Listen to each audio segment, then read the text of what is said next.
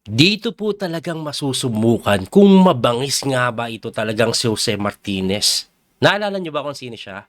Siya po yung pinagdudahan ni Vladimir Kramnik kasi binubugbog niya lang po yung mga Super Grandmaster sa online tournament tulad ng Title Tuesday eh. Sila Nepo, pati po si MBL, medyo nagdududa na din dyan. May post pa nga sa Twitter yun, no?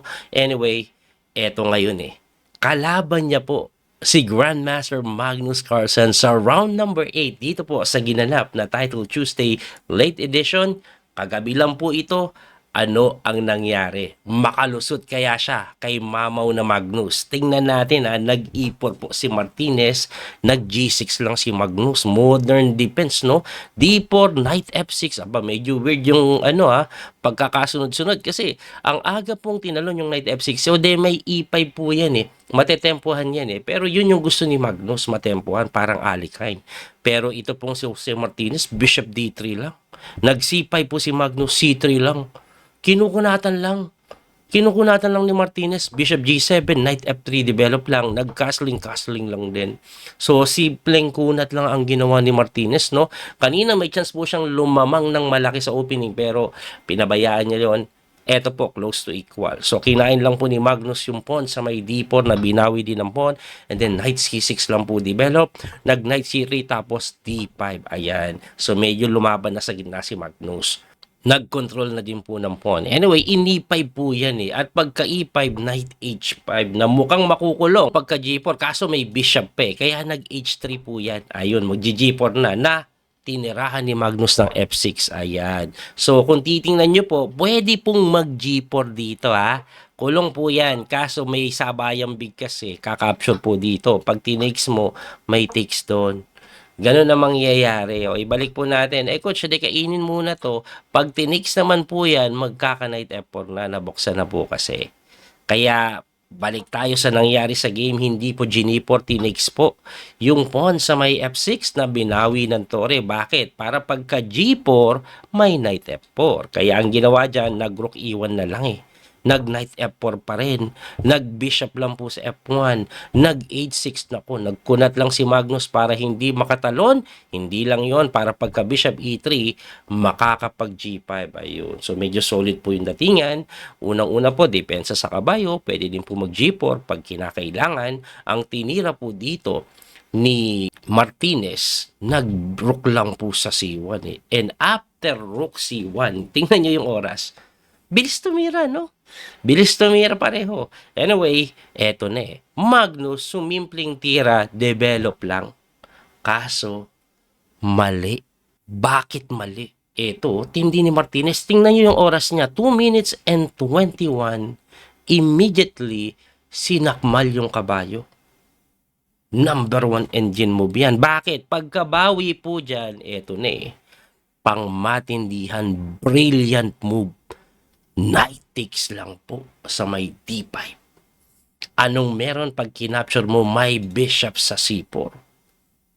Ang matindi dyan, merong rook po natira sa D6 eh, na pag ginalaw mo yan, may bawi dito. Aba, yun yung akala ni Magnus kasi hindi pa nakontento sa isang brilliant move. Ito pong si Martinez, umisa pa.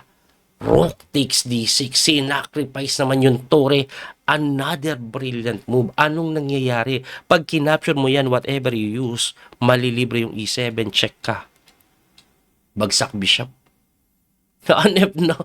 Kaya napilitan si Magnus, i-takes po yung kabayo, and then tumakbo lang po yung Tore sa C1, tapos nag-King H8 dahil may paparating na Bishop C4. So, ang ending, lamang po ng isang pawn.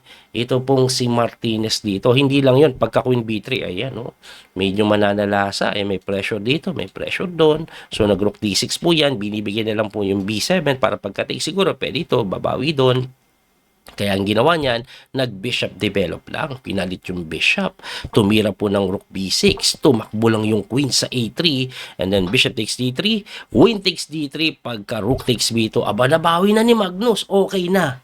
Okay na. Pero nag-rook E6 lang eh. Mukhang basado lahat yan ni Martinez kasi good move po ito eh. Kasi kahit kainin po yung pawn sa A2, let's say ganyan, no? Tirahan ka lang daw ng knight E5 eh. Napakaganda po ng talon ng Torre dito eh. Dahil hindi ma-takes, may check dun. Ganun ang mangyayari eh. Kaya nga ang ginawa ni Magnus, nag-rook B6, ayan. Tinatanggal yung Torre na dinipensahan lang rook E1. Okay, so equal na po ng pawn, no? Kaso, walang magawa si Magnus, inaatake yung hari niya. So, nag-rook takes E6. Rook takes E6 din. Tapos, nag-rook C8, activating the rook na sinundan na nga po ng pangmatindihan. Knight E5, ang threat po, check dito. At ito daw po ay completely winning na for the side of white. Kasi kahit depensahan mo pala yan, gumanito ka. Tirahan ka lang po ng rook takes E7. Hindi mo makapture, may knight G6. Ganun ang mangyayari. At si Magnus Carlsen, 1 minuto pa siya, ang ginawa niya, tinikman niya yung kabayo na sinagot na nga ng rook takes H6, pagka king G8, queen H7, pagka king F8, kinapture lang po ang bishop at si Magnus walang nagawa. Resign na lang. Bakit? Anong nangyayari? Ang susunod po na tira kasi chichikin po dito pagkaangat mati po ng pawn.